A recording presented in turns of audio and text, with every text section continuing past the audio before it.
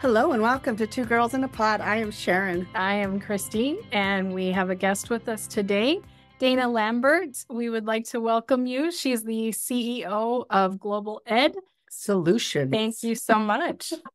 Great to be here. Thank you for having me. Yeah. What a name, Global Ed Solutions. What does that mean? Well, it's a DBA of another organization, and we wanted really for it to ensure that people understand that it's across the globe. We could offer high school diplomas anywhere in the world, and that we're best solutions for people who are looking for alternatives. Okay. Oh, nice. So for people out there, that it's basically like an alternative school to conventional education. Absolutely. Looking for alternatives for those individuals who the brick and mortar traditional system may not be working for them, and they're looking for alternative options that are linked to pathways. We're really about not so much just ensuring you achieve your high school diploma, but obtaining a skill set so that you are employable or you're ready to go to college, whatever that pathway that you're seeking, we're here to afford that to you. Oh, awesome. Yeah. So let's start first off, how did you get into this? Give us a little background on you. Oh my gosh. So, I've always been interested in education ever since I was a little girl. I was raised on a farm. My grandparents, they had 11 kids, and it was just always kind of this fun, collaborative atmosphere growing up. Everybody had a place, whether it's, you're tending to the animals or to the farm or cooking or whatever that may be. Everybody had a job, and it's collectively working together. How did you attain that goal? So I think moving forward in education, what really attracted me to Global Ed, and as we continue to build it, is the partnerships. We know that the stronger partnerships we have in our communities, the more opportunities we can afford to our students and families. So in our system, it's all about, apprenticeship, internship. What are things that are service learning that we can help support the community and really help build and empower our students with that network of individuals so that once they graduate, they have all those resources at their fingertips to get them to that next level. So it kind of sounds like with the Global Ed, it's also more about building the character, the emotional intelligence, having those mentors or those people who kind of help you put the path down, or help you build the path to your success. Absolutely.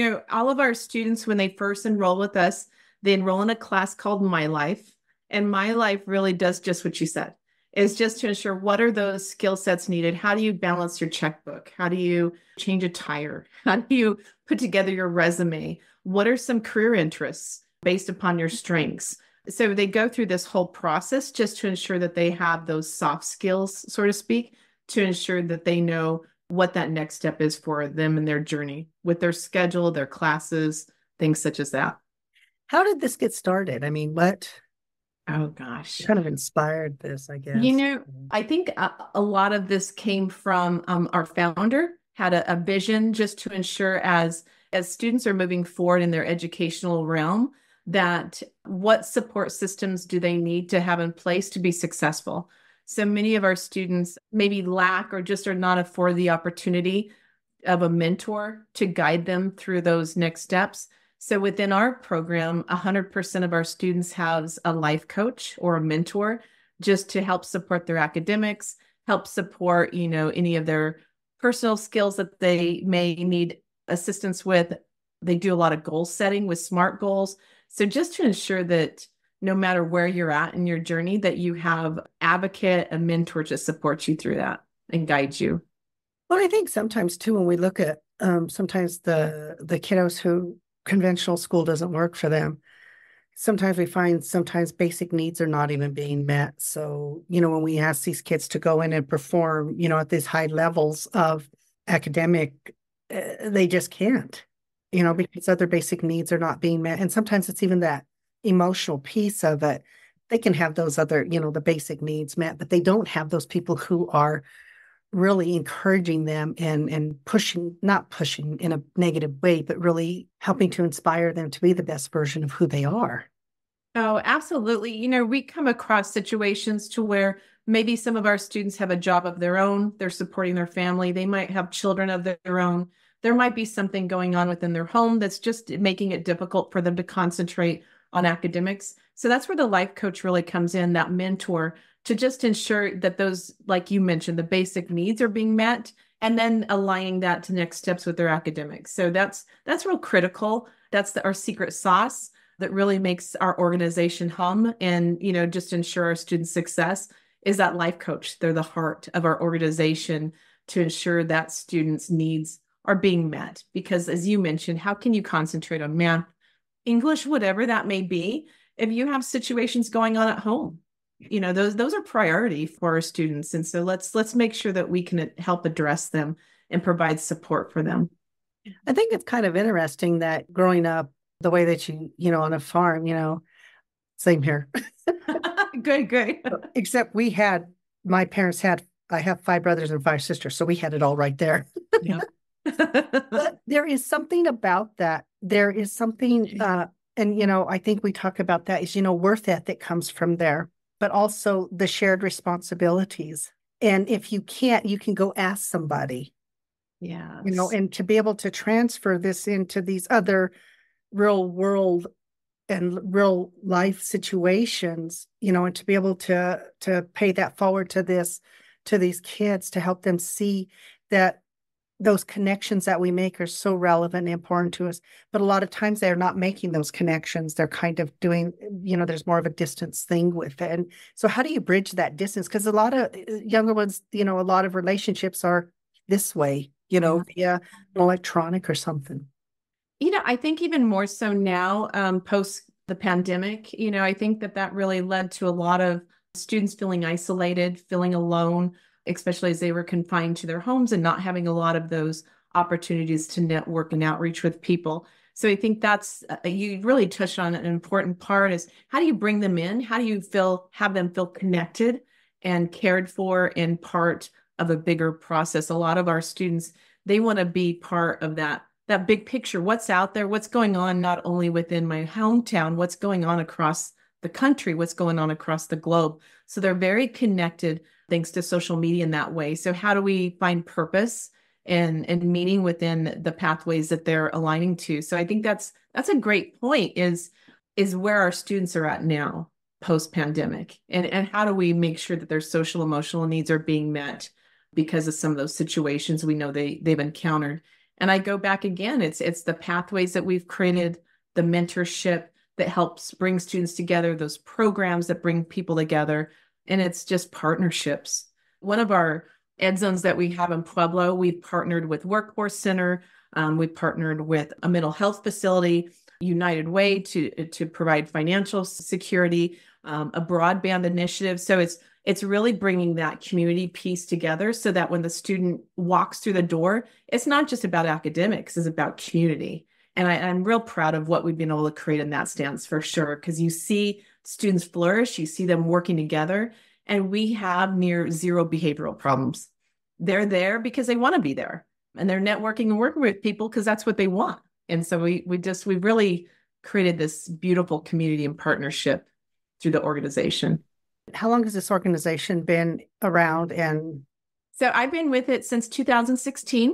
Okay. So many of us who's still with them today, we've been here for over 7 years, and it's just continued to thrive, not only in Colorado, we're extending out to Florida, to Arizona. We're also a public benefit corporation. So what that means is we really stand in how can we give back to the community? How can we best serve the community with the areas that we've been blessed with? So we've adopted a small school in Panama, and we have many small young students who we've dedicated, we've given curriculum to, we've provided laptops to, and just that's our give back to the community. We also offer adult learning. So adults who are looking to obtain their high school diploma, that's one of our give backs, as well as we provide educational opportunities for our parents and families, adult learners, because many times they'll come through and they say, gosh, I wish I had this when I was young. I'm like, it's not too late. You can still come today. Yeah, that's awesome.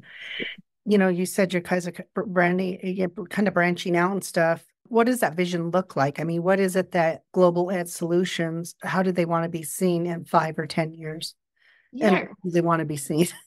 Oh, we want to be seen for sure. Just as that option. Traditional education is not a one size fits all. So we're, looking for alternative options depending on where you're at in your pathway, just that we're an opportunity to consider because, education's been done the same way for hundreds of years.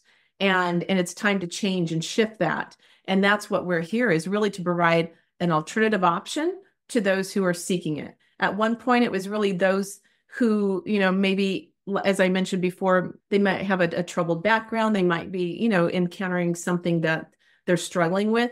But I'll tell you, anymore moving forward, we see more and more students of different journeys that are looking for alternatives. So it's not really just a one population that they're looking for this. It's pretty much across the board where people are seeking alternatives. Well, I think, often when I work with kids, one of the things they don't want to be in that structure. It's not conducive to the way in which they learn. And often, why am I learning this?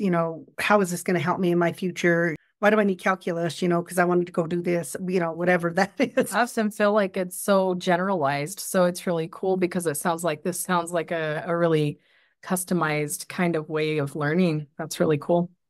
That's what we talk with the team. Our goal is really to ensure that they could see what the means to the end. Am I saying that right? But really seeing that path. So when they're taking courses, they need to know that the classes I'm enrolling in is going to help me to the certification, or is going to help me to if college is their next step, or whatever that next step is. They need to see that. And I think that really inspires and motivates them because they know, hey, when I'm done taking these courses, I'm going to have a certification, whether it's in IT or in the arts, or if it's in manufacturing, whatever that is, that track they're on, they could see that this is going to get them to that end product. And I think that's what really encourages and inspires our students is that they know that what they're doing is meaningful and is going to help give them and elevate them for when they graduate. What is your feedback from, say, conventional education about your program? Again, I go pre-COVID or post-COVID, is I think all of us are in an era where we're trying to now better adjust, because before, I don't think many of us saw online as an option. It was frowned upon for quite a while. And now we also know that only online isn't always helpful as well. It's got to be kind of a combination of your support units. It's got to be strong support with individuals like we have with the life coach. It's got to be a strong alignment in curriculum and your business partners. So it's multiple things nowadays. And I think the traditional brick and mortar is adjusting as well because they've saw that after COVID. Well, I think it's interesting to see, this trend that we see, and like you said, post pandemic is the hybrid version looks, and we have companies now who are doing hybrid instead. It's like you don't have to come in all the time, because when you're able to do that hybrid, if you're a parent and have kids, it's so much easier because you have to shift so much of your schedule in order to make something work. This hybrid, whether it's the hybrid schools or the hybrid work environment, it seems like it might be catching on a little bit more. It should be, I think. Yeah, we see those trends across the country. We're also YAS's organization who was formed post-COVID in finding school districts, schools, educational entities that are looking for alternatives on how to best outreach to students. So we were one of the semifinalists in 2021. I have to put that. No, we were one of the top 20 out of 1,200 applications, and it continues to grow. So I'll tell you that the network in the community that has formed, and just seeing the different options that across the country that people have come up with, who are so committed to ensuring that ensuring a student's success, it's just an honor to be part of that initiative. And that's going back to what you said is, as you see more and more people, more in private, public education units looking to do things differently, it's incredible. It's just, I see that more so now than ever. Oh, I agree. And I think it's something that, it's not good when we have to have a pandemic in order to make change. Right. But every once in a while we need that catalyst, to look at what we're doing and looking at what is the effectiveness of it. When you have kids that are dropping out for whatever reason, if they have that alternative, the more alternatives they have, the more choices they have, the more they're going to be apt to be successful in their life. You see this too with states across the country. So it's ESA or voucher states are popping up to where that provides the parents with the funding mechanism to choose what school they feel is best suited for their child. And I'm so excited about that because now it's no longer, hey, you go to school with whatever entity is within your neighborhood. Now you get to choose what school that you know is going to really best suit your child's needs. That's an exciting endeavor that's just recently popped up over the last 10 years. And you see more and more states adopting that. Colorado, not yet, but they're popping up all over. And I think that's really supporting our parents' choice. Parents have a strong voice at the table on what they know is going to best suit their child's needs. So that's exciting. Because I think a lot of people don't understand, or each school, they have districts, this imaginary lines that they just draw, and it's interesting because a parent can live here, on this street, but the school's here, but it's not their district. So then, it's like you have to go and do all this, even though this would be so much easier because this would make life easier. But that's not how districting works sometimes. Yeah. So, the parents stuck with whatever district, or then you have to do a lottery. I mean, there's all these things you have to do in order to change district. But then if your kid's in school and they want to move districts, it's not as easy as people think. Another district has to accept them. There's all this stuff that goes on, unless the kid has misbehavior. Yeah. You know what I mean? Mm-hmm. And then if that school can't handle, then they're going to move them somewhere else. You know what I mean? It doesn't look like it's as conducive to education as we can make it. It's hard for parents too, because if you have a school district in your neighborhood and a bus is coming by to pick up your child, oftentimes that's going to be the choice you make because and I don't mean, out of convenience, because we're working, many parents are working double jobs, things like that. So to really create, someone to come and pick up your child, bring your child home, if you don't have transportation as an option, that's oftentimes confines a parent to their choices.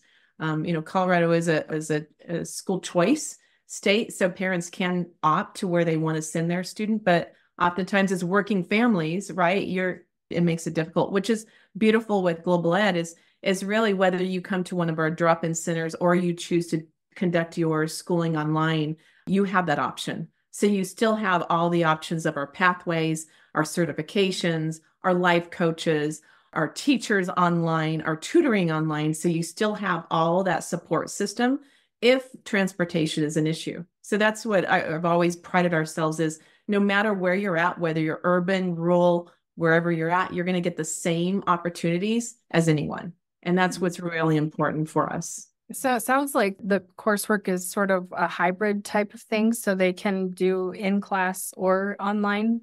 All of our curriculum's online. Okay. If you want to come to an ed zone and you need some face-to-face, we have that option as well. But any student of ours has complete access to everything, no matter whether it's face-to-face or online.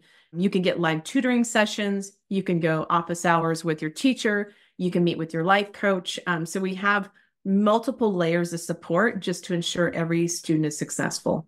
Okay. And I think that's a good point that you make because, in Colorado, you can choose. And so I've had some parents who get up every morning and drive because they said, we want this type of education for my child. So they'll drive clear across Springs for it. But right. A lot of them don't have that luxury. So like you said, even though this school might be better for my kid, I don't have the means or, the help or support to make that happen. So I'm going to have you in this school. Right. And I think sometimes the school works for a kid. Sometimes and I don't think it's not a bash on public education by any means. What it is I just think that for so long, we've been using that one box to teach everybody. It really, we see some changes, little changes as we go along, but they're not those big changes that are really looking at, how are kids really learning today? Mm-hmm. Are they learning the same way? Oh, we didn't grow up. I mean, the school that you and I went to is not the school, of what students need now. We didn't have, I'm not speaking for you, but back in my day, we didn't have internet. We didn't have cell phones. And so we really, as an education organization, we need to make sure that we're up with everything new coming down the pipeline because it's our responsibility to ensure that our students have the skill sets to be successful after graduation. So because of everything that I just mentioned, there's no way that the traditional system is going to help support and ensure that student success. So we're always revolving, always improving, always looking for new and upcoming things. One thing in our onboarding, all of our students enter into this gamified survey. And this game, it's just like, you're playing a video game, will take you through and answer questions surrounding your career paths. And the more you answer, the more it will guide you to certain career paths based upon your interests and your strengths, and you're earning badges along the way. So it's those kind of structures we've got to put in place to open up our students' minds and allow opportunities of jobs that they've never considered, because it's no longer just the jobs within your neighborhood. You can work anywhere from your home and impact anywhere across the globe. So that's what's real important to us, is just to encourage and always ensure that our students know what options are available to them. So when it comes to getting close to graduation or that, is there something within your program that helps with like directing them as far as job placements and things like that? Yeah, that survey I was just telling you about will give them a projection and trajectory of all the different jobs that are available to them within that area that they are preparing for. So, for example, in manufacturing, maybe that's the path that they're choosing. Then they'll go to the next step and it'll tell them all the organizations that will hire that position. And this is how much you'll make. And this is, these are the kind of degrees or certifications you may need and things like that. So it will give them a strong outline and overview. We have multiple business partners too for internship, apprenticeship opportunities. So students, if they wish, they can have hands-on experiences within that field. So there's multiple layers based upon what the student wants. Oh, wow. Yeah. And, it sounds like part of it is, with the life coach mentors and stuff like that, it really is about that connection to somebody who is maybe not your peer, because we need, it's how do we get guidance from other people? And I think, when we look at teaching, regardless of teachers are that for students, that's their, when they go to school, that's that point of contact for them every day, and so eventually, and I mean, I think all of us can sit back and pick those teachers that really stand out in our mind. And it's because they stand out in our mind because of the connection we made with them, which then I think helps us to continue that pursuit of education. Absolutely. And think about a teacher who has maybe a classroom with 35 and you have students with multiple levels. One student may be struggling, might be dyslexic and be struggling with reading. You might have a student who's accelerated and is, 2 years past their grade level they're currently sitting in. So the beauty of our program is no matter where you're at, you will be placed in curriculum that's based upon your level. And then we'll continue to build and strengthen from there. That way you're not feeling like you're in a classroom that you're just unable to relate to, or you might feel you're in a classroom being held back. So that what our system really does provide students is to perform at their own level and also to be on that career pathway of their choosing. So it's a new way of education. And I'm just so excited about providing those opportunities because they deserve it. They deserve to see and be inspired about what's ahead of them. Can anybody participate anywhere in this program? Absolutely. So not only so we're funded in the state of Colorado. We're also voucher funded in Florida and Arizona, but we also have a private pay. So if you're not in the states that we're currently in, then you can, enroll into our private pay program. So there's those options as well. Of course, most parents, you want to be able to tap into some of the public funding because many of us have the means to do so. So that's always what we'll try and ensure is there scholarships available? Are we in states where we can help tap into some of those state or federal funds to help support the program? But if we're not, we still have a private pay option as well. So how is Florida or Arizona different than you here in Springs? So Florida and Arizona are completely, they're through the voucher system. So within those states, parents can opt, it's called an ESA, and the funds will follow their student. So the parent can select what school they send their student to, and then they pay that school. So they'll identify the school and the state will pay the school. So it's a different mechanism in the state of Colorado. the funds go to the district or they'll go to a charter school, and then that's how it's funded. So it's a different concept. I think in Florida, it's been around over 10 years, and then other states are popping up and doing the same thing. So it's parent choice, which is a pretty beautiful thing. With your students, how much parent involvement do they have? And also, does your school provide like extracurricular activities for them, whether it be sports or academic or whatever those are? Right. Oh gosh. Yes. And one of our, probably the program that the students are most drawn to at our drop-in centers is our global sports. So students could go there. We have students who are Division I focused to really get workout sport specific. And we have students who are wanting to just looking to get fit and wellness. So depending on where they're at, they can go into our Ed Zone drop-in and they'll have workouts specifically tailored to their needs. That's probably one of our most sought out. Oh, wow. But we have others. We have life skills. We have leadership programs. So depending on what you'd like to do face to face, you could participate kind of like an extracurricular, activity program with your peers, because we know that's really where we want to bring them. We want them in our drop-in centers. We want them surrounding by their peers and working on projects that are very tailored to their needs. Next year, we're opening in a tech hub program. So students could come in and they will refurbish technology. And we work with the Workforce Center to give the technology back to low-income families. So at a very low rate, like $10 a laptop, then our students will refurbish them. And then we work with the Workforce Center to give them to those who are in need. So that's a new one of our programs that's launching August 2024. Oh, wow. Yeah, That's awesome. Yeah. It sounds like this really is such a collaborative effort, and it's about paying it forward, because you're kind of taking a little bit, but you're giving it back in another way. We see that concept too in public schools. They do a lot of that kind of stuff as well, but it's so different because your population is so much smaller. Mm-hmm. Is everybody accepted into this program, or is there sometimes where you say, no, can't do you? No. Everybody.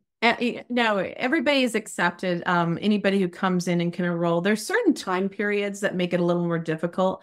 So say, for example, if a student comes in November, we'd like them to finish up with their school district so that at least they get that semester's credits, and then we'll bring them in January. So it's more of a time period, Okay.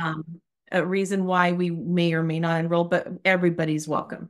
And we do a lot of community connection, family connection events, because we want our parents on site. We want our parents to understand the curriculum, to understand the expectations, so that, should something come up and a student is saying, oh, I don't have any homework today, literally the parent knows how to check and knows, what resources that they can really help support their child. So we also do, not only can they see that live time, how their child's performing, but we do weekly grade checks too. So those are emailed to our parents every week. So there's a lot of layers that we want to ensure our parents understand so that they can be an advocate and they know the pathways and they can really help support their child through the system as well.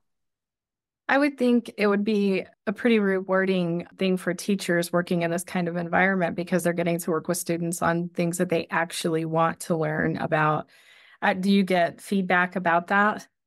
Our teachers, we've had over 20 teachers for the last 6-7 years. And I think we've had maybe one transition or so. So our teachers stay with us. Our teachers love what they're doing. They love our students. To your point, that it's because they're empowered to teach what they want to teach. And I think that it's in a way that they don't feel confined to what the expectations in another system may be. So it's very freeing, I think, for a lot of our teachers. Okay. Cool. It's interesting because I've had students over the years and sometimes troubled. Well, that's what I do. But I think what's interesting is sometimes their frustration is, why am I doing all this stuff when I already know the information? Can't I just tell the teacher, or can't I just take it? And it's like, so a lot of it is boredom too. You know what I mean? They're just not being challenged intellectually. And so how do you guys do that? And is it because it's so individualized that you're actually meeting them at their level, or is it that you're seeing potential and you say, no, you can do better? I mean, or is it a combination maybe of both? A combination, our curriculum is asynchronous. So a lot of our students, depending on where they're at, they could test in or out. So if our student is accelerating, we pre and post test them, and that way they are within the curriculum of the area they need to be in. They're not repeating stuff they already know. And then you have students who maybe they do need some of that remedial work or refreshers, so that will help them as well. So I think that's a large component. Many of our students, like you said, why am I going through this unit of study? I did this last year. Why do I need to repeat it? So that kind of thing, that we eliminate. So that doesn't exist. I needed this school. Right? That doesn't exist at our school. If you're ready to move on, we move you on. Another course or career pathway we call is our workforce readiness. So it's our students who are very over age, undercredited. They may have dropped out of school and they're ready to come back. That's a comprehensive curriculum to where they can complete their high school diploma within 12 to 18 months. Now, it's all comprehensive based. It's all based on ACT standards. So when you finish that you do have that skill set to be workforce ready. And that's a very popular pathway for many of our students as well who have dropped out, maybe for a year or so, 2, 3, and they come back to us. What is your age group? Yeah. It's interesting because a lot of our high schools have a very high 9th, 10th grade, and then it seems to kind of tailor off 11th and 12th. We're just the opposite. So we have a lower 9th, 10th, and a higher junior, senior, because a lot of our students could be 19, 20, 18 right there, who are coming back to us. Once you're 21, the state no longer pays for your education, for your K-12 education anyway. So we can accept students all the way, up to 20. Okay. That's good to know. Yeah. But we have middle schoolers. I'll tell you, that's another growing population is our 6th, 7th, 8th grade. So that population's starting to grow as well. That's why I said it's not like what you would anticipate. I think a lot of students are just seeking out alternatives. So that population's growing as well. Do you find that, and I don't know how you guys track the numbers, I would imagine you would, because you're, looking at dropout rates and then looking at what your comparison is to public school. But a lot of the public school, those kids that are dropping out may be going to these alternative schools anyway. Mm-hmm. So do we see a decrease in the dropout rate, or have you guys paid much attention to it? Across the state, I should know this off the top of my head. And it seemed like I was reading it like a week ago. And I can't tell you, I don't want to give you information that's not accurate. Okay. I know post-COVID, there was many, many students who did not return to school, millions across the country. So I know that the return rate has completely been on the decline. And that's yeah. Do you think, though, that some of that decline was that some of those students were actually excelling at online and then the thought of going back?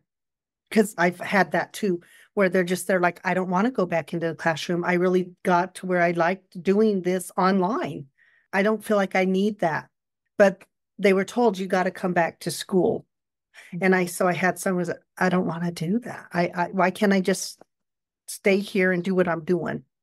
And that's why I accept when you said, Dana, will you come and talk? I said, absolutely. Because the more we could get the word out that, hey, there's options. Yeah. There's alternative options available to you.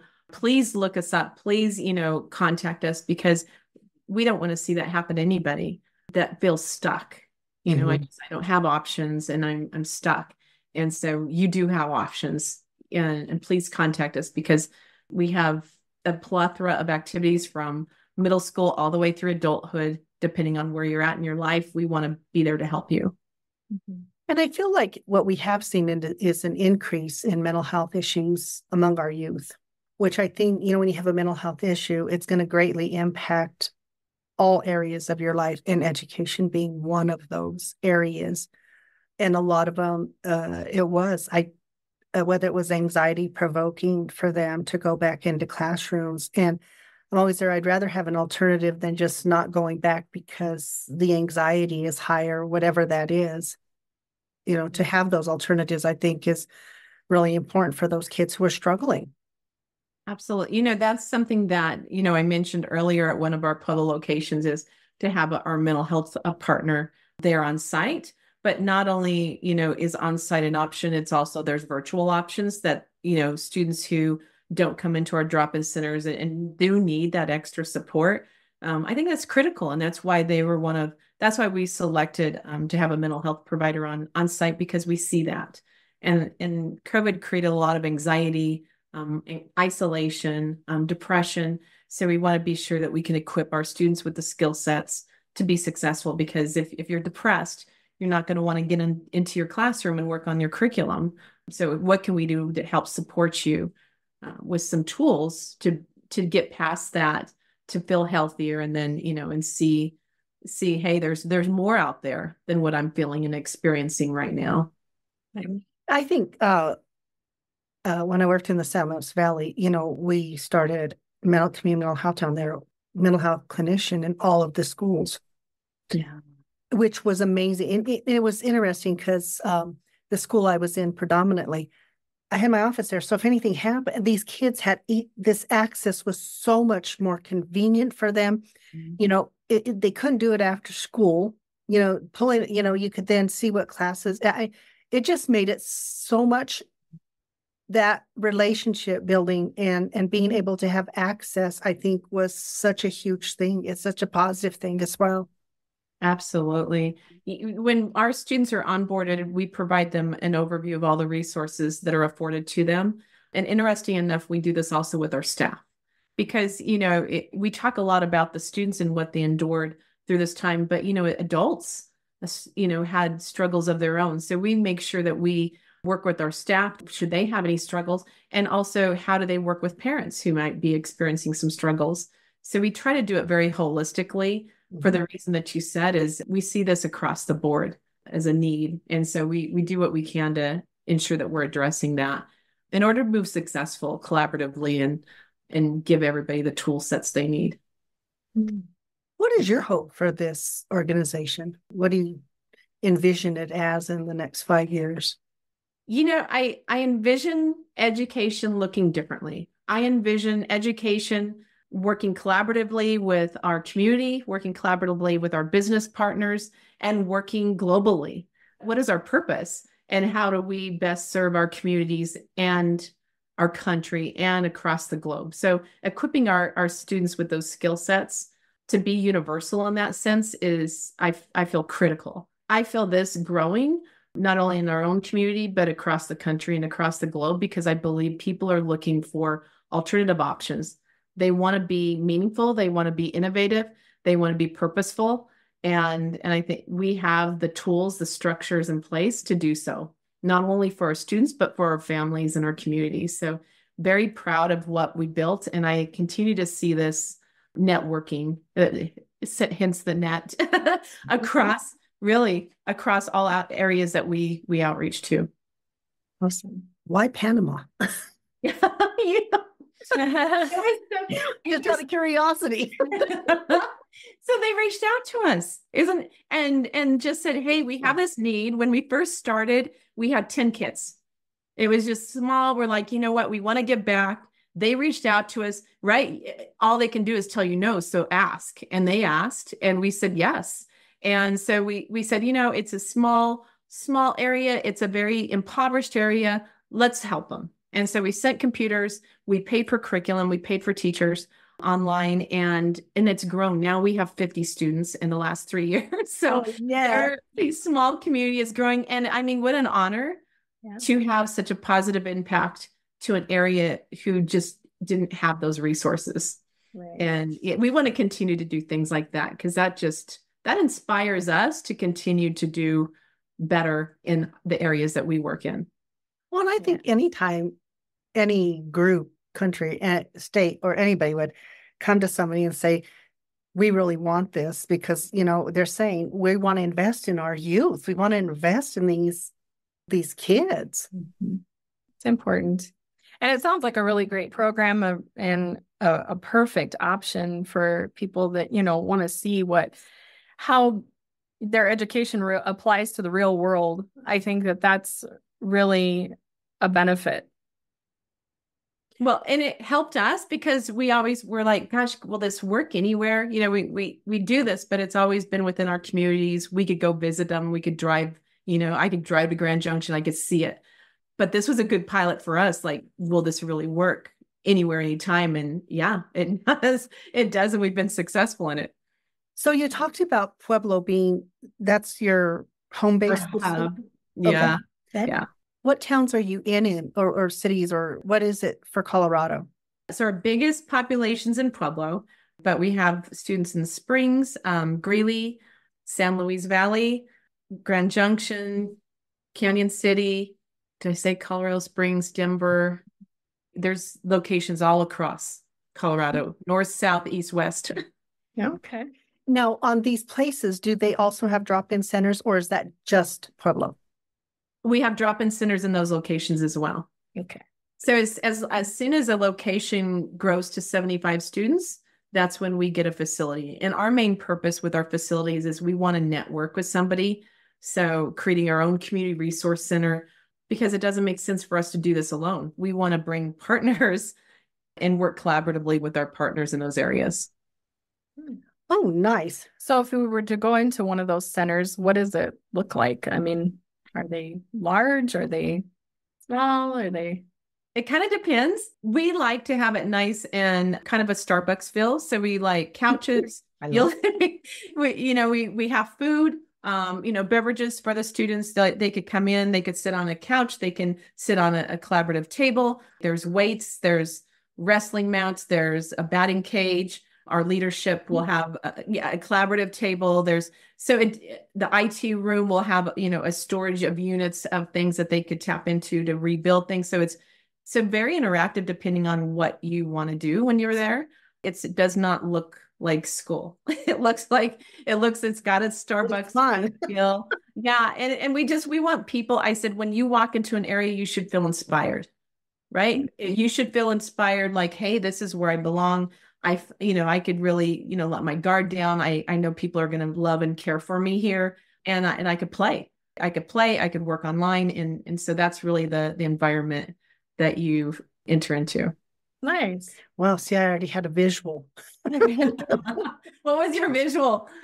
It was, you said the thing. And well, I pictured it having that kind of, not homey, but like Starbucks would be a really good, comfortable. Thank you. Kind of comfortable and inviting. Yeah. I did picture the batting cage. That was really cool. That is cool. Right. Yeah. And a golf simulator. It depends what zone you go to. So we have different equipment based on where you're going. I think that's what's real attractive to our parents too. When they go in, they're like, wait, this is the, many of our parents didn't have a successful experience for school themselves. And so when they go in, they're like, gosh, had I had a place like this, I would have come to school. So it provides options on multiple levels for our kids and families. And because we're located in Colorado Springs, we have different listeners in Springs, where would that location be for? Oh my gosh, on North Park. So if you go to globaled.one, okay, and it says enroll now, 4 questions, and it will just fill out information. We'll contact you and we'll give you a tour of the facility. You can meet your life coach and see if it's a good fit for you. So absolutely go to our website, click enroll today, and you don't have to fill out the full enrollment process. It just gives you your name, your address, your phone number. So we can contact you. We could send you newsletters if you want, and just to learn more about us. And then should you want to go on a tour, you can definitely do that as well. Right. So I think that would be something that would be fun. And I think that, I think that especially if parents, because I think parents struggle with getting their kids to school sometimes, and they want their kids to be successful. But, when they're having so much of this fight in the morning, you got to go to school, I don't want to go to school. I don't like the school. I don't love, and this fighting goes on. I'm grateful to have another alternative for them. That's a beauty of online, because maybe if you're not an early riser, many of our teenagers aren't, then maybe 9 o'clock, 10 o'clock, 1 o'clock is when you start your curriculum. So we pace our students based upon completion that week. If you want to, work on your academics from 1 to 5 or whatever that may be, whatever fits if you want to work on the weekends, for many of our students who are employed. So your life coach will set that schedule for you to ensure you're pacing the way you should to complete that semester. And so that's really the role of the life coach. We have multiple dashboards for all of my employees that are listening. We talk dashboards constantly. So we're looking at the dashboards, making sure all of our students are on track. If they're not, that life coach is going to be in touch with you, or interventionists and ed zone managers. So there's multiple layers of support for just that reason you said. Well, it's interesting because it's not just support, but it really is helping with that accountability, because I think sometimes kids will sit there and say, well, the teacher's not going to put it in, so we're not going to know, or no, I did that, Dad and Mom. Right. Yeah. Do I hear that often? What do you mean? You're 15 assignments behind. Right. Out. So it's a lot about accountability. And I think that's that buy-in to your, if you're going to have that buy-in to your own education, there has to be some accountability on the student's part as well. As the life coach or mentor or whatever, then my responsibility becomes, I'll be present for you and everything, but then you've got to meet me there. And then, so that's developing the relationship, but it's also that accountability. I think that's really important. That sometimes I don't know if it's not lacking, it's just maybe not as present as it should be. Right. And not to scare anybody away, but our life coaches and our interventionists will also make home visits. So if we have a student who's MIA, well, we do a conference on call. It's called, we go through different tiers. It's called Every Opportunity to Succeed. So tier 1, there's certain warnings. Tier 2, there's certain warnings. By the time you're tier 3, our life coach and interventionist will be at your home and just saying, hey, what can we do to support you? Maybe they've lost their electricity, or, there could multiple reasons why they may not be logging in, but our staff will come to you to ensure that whatever those needs are, that we can help support you. So it's very, very caring way to help ensure our student success. Wow. Just listening to a very impressive program. Thank you. I worked with the education department for my whole career because I've been in schools as mental health, and seeing that we're providing more opportunity for the success of individuals, I think is paramount, because they're going to be this future, and we better be helping them be successful. Yes. They're going to be the ones taking care of all of us when we're old. That's right. And we have an amazing team. Let me just end by that. Our team, from our life coaches to administration, you will find people who care and love and are committed to ensuring our students' success, and also inspired and innovative to make sure that we're also building and always growing to ensure they're ready for those paths in careers or college, whatever that journey is. So you'll find a beautiful team of people who are committed. Well, awesome. That is actually a beautiful way to end this, because it is, we are so grateful for you coming on, because once again, one of the goals of our podcast is really to those connections that we make.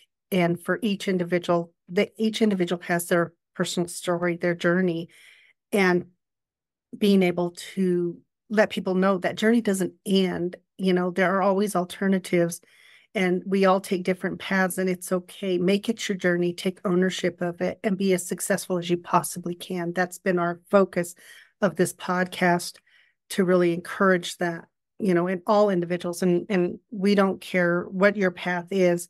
If it is your true, authentic path, do it.